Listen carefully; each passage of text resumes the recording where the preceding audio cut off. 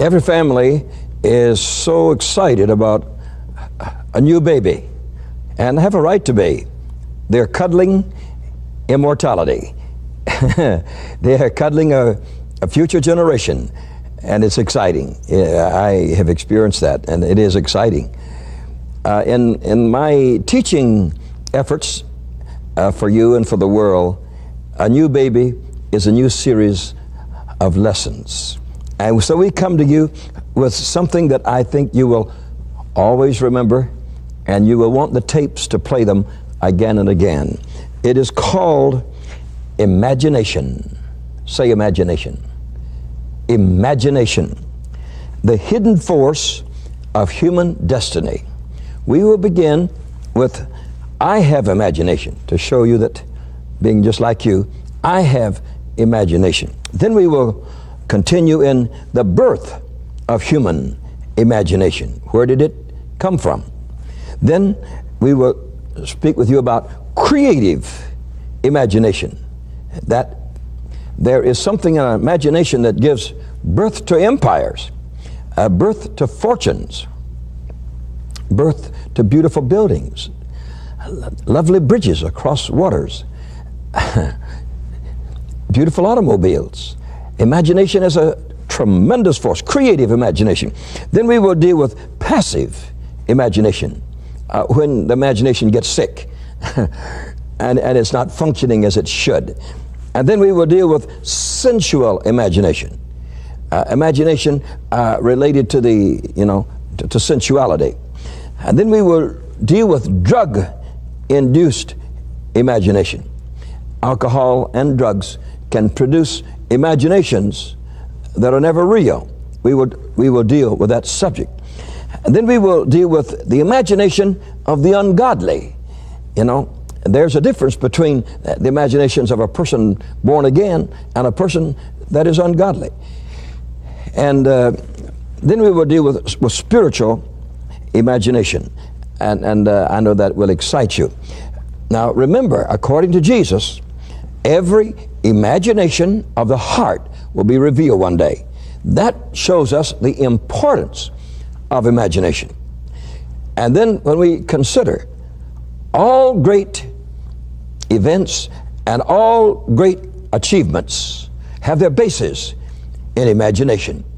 So therefore, imagination can grow, it can be fed, it can be taught, it can increase, and imagination can be guided. It can be guided into good, or it can be guided into evil. And so you have the control, no one else, over your personal imagination. In our first lesson, I just called it, I have imagination. And let us begin in the book of 1 Chronicles, chapter 28 and verse 9. Here we have a veteran, a senior statesman named David. He is speaking to a beginner, a starter, a young man. And he said, "You, Solomon, my son," that sounds like a daddy, don't it? "Know thou the God of thy father." Isn't that a strong, strong statement? That the father had something worth knowing. He says, "Know the God of your father." Oh, that is so strong. God help fathers to have a God that they can bring their sons to.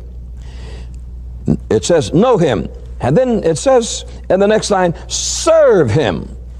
Not only know him, some people know about God, but they don't serve him. So he told the young man, I am an older man now. I'm getting ready to leave this earth. My son, I want you to know God, and the God of your own father, the God that I trusted, you trust. Serve him, and with a perfect heart. There's no other way to serve God. Half-hearted people don't really serve him. With a perfect heart and with a willing mind. Now this is in your area of imagination. Serve him with a willing mind, that your mind will function in this tremendous business of imagination. It says, the Lord, which means Jehovah, and Jehovah, he searches all hearts. Yeah, you better believe it. God knows your hearts. God knows your imaginations. If you're going to sit around and fantasize, God knows your insides. And so many people says, oh, as long as I fantasize, it's not wrong. God is going to, Jesus said that he would judge you by what you wanted to do. He said that a man that lusteth after a woman has already committed adultery with her. So we must get a hold of your imagination. We must get a hold of the imagination of this country. and it's time for us to know first the source, from which it comes, and the guidance that's available to our imaginative propensities that can change our lives, our communities, our families, and the world in which we live. So he said, this God that I serve, he searcheth all hearts. Say all. You better believe it now. All hearts. Now here's the text right here. And understandeth all the imaginations of the thoughts. Now, you got two truths here. One is God understands imaginations. That means he understands the functioning on the inside of your brain. He understands that. And so he says he understands all the imaginations of the thoughts. Now that is where imagination originates in thoughts, and that God, not the deed, anybody can see the deed, God sees the thought. God knows your thought life. Until we can correct your thought life, we can't correct your actual natural life. You have to get on the inside. You have to learn to discipline the thought life before you can discipline the life of the hands. It's always been humorous to me that in Arab countries, if you steal something, they cut off your hand. Well, honey, the hand didn't do it. Jesus says adulteries come out of the heart. Yeah, thieving, stealing comes out of the heart. Yeah, you can cut off a man's hand. He can still take a bite of an apple and run with it, if you cut off both of them. And I've seen some people that could pick things up with their toes. You're only dealing with an effect and not with a cause. Get it now? We are going to deal in this mighty series called Imaginations, the Hidden Force of Human Destiny. We want to deal with it in not only effects, but in causes. If we can correct this, we can correct the whole world. Imagination, see it clear across the sky, big, bold, mighty, and then put behind it the hidden force of human destiny. Your destiny relies upon your imagination, and we want you to move into that. So God understands the imaginations of the thoughts. If you seek him, David said to his son, if you seek him, he will be found of you. Now you better believe that. You just better believe it. But if you forsake him, he will cast you off forever. Now, you couldn't have had a greater man of experience than David. He had a very spectacular and colorful life. He knew how to train up a boy. Whether he followed it or not would be his own determination. Daddy can tell you how to live, but he can't live it for you. You have to live it yourself. I was born in New Orleans, Louisiana, and lived over in Pascagoula, Mississippi, and Laura, Mississippi, and Mobile, Alabama, and Panama City, Florida. And that was my total childhood till I went out to preach in the crescent of the Gulf of Mexico and around to the Mississippi River. And so as people keep saying everybody was poor those days, well, more or less, I can't remember when my father didn't own a car, and lived in a good house. Of course, he worked in shipyards and what they call a roundhouse, where they made and created and repaired automotives. So he was a smithy. He worked with steel in these large companies. So I can't remember when we didn't have an automobile and a nice place to live and plenty of food to eat. And so, but we still consider that we were poor because we didn't have as much as the man that owned a sawmill and the man that owned as much as a clothing store. So we relatively say we were reared poor. We had to be careful with our money and so forth. because we had no tremendous assets, just had a day-by-day laboring situation. Though I was born poor, I was endowed with a tremendous imagination. Now, I don't think anybody gave it to me except God. But in all of our family, I think I must have had the wildest imaginations. And in our neighborhood, maybe I led the way in imagination, because I imagined everything that was imaginable, of what I was going to be and what I was going to do and all about it. So I was just rich in imagination. And that has no assets to it. For example, a man named Mr. Gaddis in our city owned a select men's clothing store and catered to the well-off people of that city. He at the Pines Country Club, just out of town, he was a member of it. And I only got to know him by being his caddy. I wasn't very big, but I was as tall as his golf bag. And he was such a nice person. I wasn't more than 10 when I began to caddy for him. I don't know how they let little kids caddy, but he liked me. And he would come to the club and says, is Lester here? And I said, here, because I looked for his car. That great, big, beautiful car that he drove with a chauffeur. He just sat in the back seat. And so I would fantasize. One day, I am going to own a store like Mr. Gaddis. And I could see my store. And that I didn't do anything but just stand and look at the people coming in. Oh, I could see it. I had imagination. He would let me swing his clubs. And if I didn't know how to swing it, he would place my hands on the club so I could swing the golf club. And I thought that was great. And when they had what they call Caddy's Day out at the club, maybe once a month, he would tell me, says, Lester, you're welcome to use my clubs on Caddy's Day. Whew, for a millionaire to tell a poor boy who is a caddy, son, you can use my clubs. You talk about imagination. I saw myself as a professional, which God knows I am not, you see. I saw myself as a clubhouse man, walking around the clubhouse, having drinks and eating and bringing the lovely ladies out, Oh, talk about fantasizing. Man, I was born with it. I am so glad the day came when God redirected imagination in my life.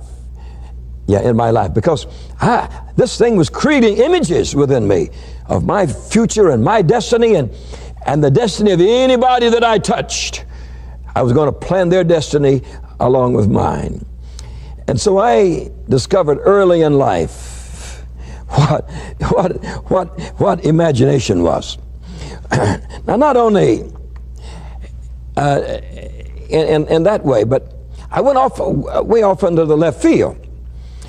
The movies in the late 20s and maybe early 30s were getting on to the miracle men. They could grab a train, off of a horse's back at 50 miles an hour, and they could have a man from space just to come in there, and they were getting into the mysterious part of movies, into the supernatural element of movies. And man, I thought I could fly. I tried to build up muscles, working at it on bars, and when I saw them fly in the movies, I sneaked the umbrella. They used to have those big umbrellas, big old black umbrellas that big enough for 3 people to get under. And I got one of those and got me a ladder and climbed up on top of the house. And I was going to be the man on the flying trapeze, I tell you. So I opened up the umbrella and held it up as high as I could and jumped off the house. Well, imagination can just go so far and reality takes over, you see. Gravitation took care of it. The umbrella went to pieces, broke all to pieces, could never be used again. And my sore feet caught the ground, and I could hardly walk for a while. And I discovered that imagination needed some reality related to it. That it was all right to fantasize, but hook reality to it, or you might get yourself into some problems. And then I began to see men, and I would fantasize, well, like Mr. Gaddis, for example. Billy Sunday, the famous Sawdust Trail evangelist, came to the city, our city. And when he would come, he'd put up his own wooden tabernacle, seating several thousand people. And he did that because they had no PA system, where he could direct his voice through pieces of wood here and pieces of wood there. And he learned how to throw his voice very strong. And so we went to hear Billy Sunday almost every night he was in town. Now you should have seen me at home. I'd take off my coat, lay it down, jump on a bed, then onto a chair. I was Billy Sunday. And I would go and watch him. I didn't sleep in those meetings. I slept in some church services, but not Billy Sunday services. And I'd go and watch him. He'd jump on the pulpit and, man, I like that. The pulpit was usually a place to lay notes. Well, he was on there with his feet. Every boy would like that. Then he'd run get the piano stool and get on top of the piano stool. That's where the pianist would sit down, to play. Well, he was walking it on top of it. Then he'd leave the platform and run down through the audience. Never saw a preacher leave a platform. Man, he was my kind. Well, wasn't saved, don't think that. I was only fantasizing, living in my world of fancy. I was a king of imagination. And I didn't see Billy Sunday. I saw, I saw Lester Sumrall on the piano stool, on top of the pulpit, swinging his coat around his head, with his necktie off and in the other hand. Oh, yeah. The world of imagination. It's an exciting world if we understood it. I don't think I've ever heard a sermon on imagination that I can remember, Yet, imagination is a hidden force, and it relates itself to human destiny. It is so important to understand imagination. And yet, I don't know of very few people that have any comprehension of actually the powers and the forces of imagination that is in their total being, that they should, get a hold of them. They should understand them. More than that, they should utilize them. God put them there for your use. Now, maybe one of the greatest feats of imagination in my life would be when I was 18 and a half years old. I began preaching when I was 17 because God healed me of tuberculosis and told me that I had to preach. So I was a minister from 17. By the time I'd preached mostly in little country schoolhouses and brush arbors, from Florida north toward Tennessee. That in Tennessee, God showed me a vision of the nations of the world in their lost condition without Christ, without God, and without hope, and told me that their blood was required at my hands. Now that's the reason I have ministered in over 100 nations of the world and in over 1,000 cities of the world. I am carrying out the vision that God showed me and the call of God saying that I was responsible. When you're responsible, you don't go there on vacation. You don't go over there just to look to see what difference there is between their culture and yours. When God has told you that you're responsible for their salvation, you go over there preaching, and you go over there giving an altar call, an appeal to make a decision for the Lord Jesus Christ. So you go on real strong business when God sends you there. But from the time I saw that vision, my powers of imagination It's impossible for me to relate to you the forces of imagination that came into being. I saw myself speaking Chinese. I don't. That was my imagination. I saw myself speaking Japanese. I saw myself speaking the Indian languages, African languages, and I saw people that could not be numbered.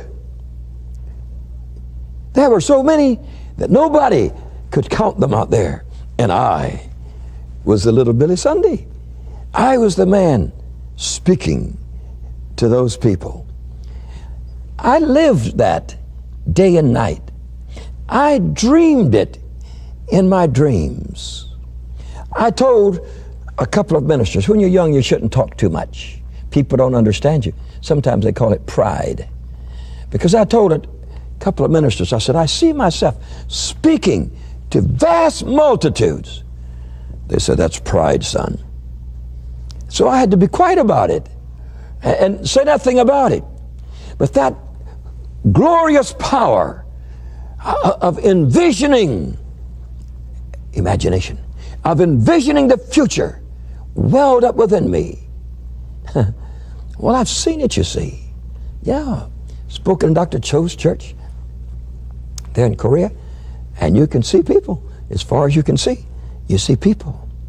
In the Great Crusade in the Philippines, we saw people until you couldn't identify people, where it was like a dot on a pin, you know.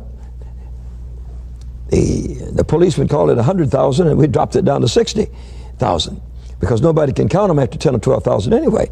They count blocks and block them out. But you get so many heads out there, no chairs, just solid people as far as you can see.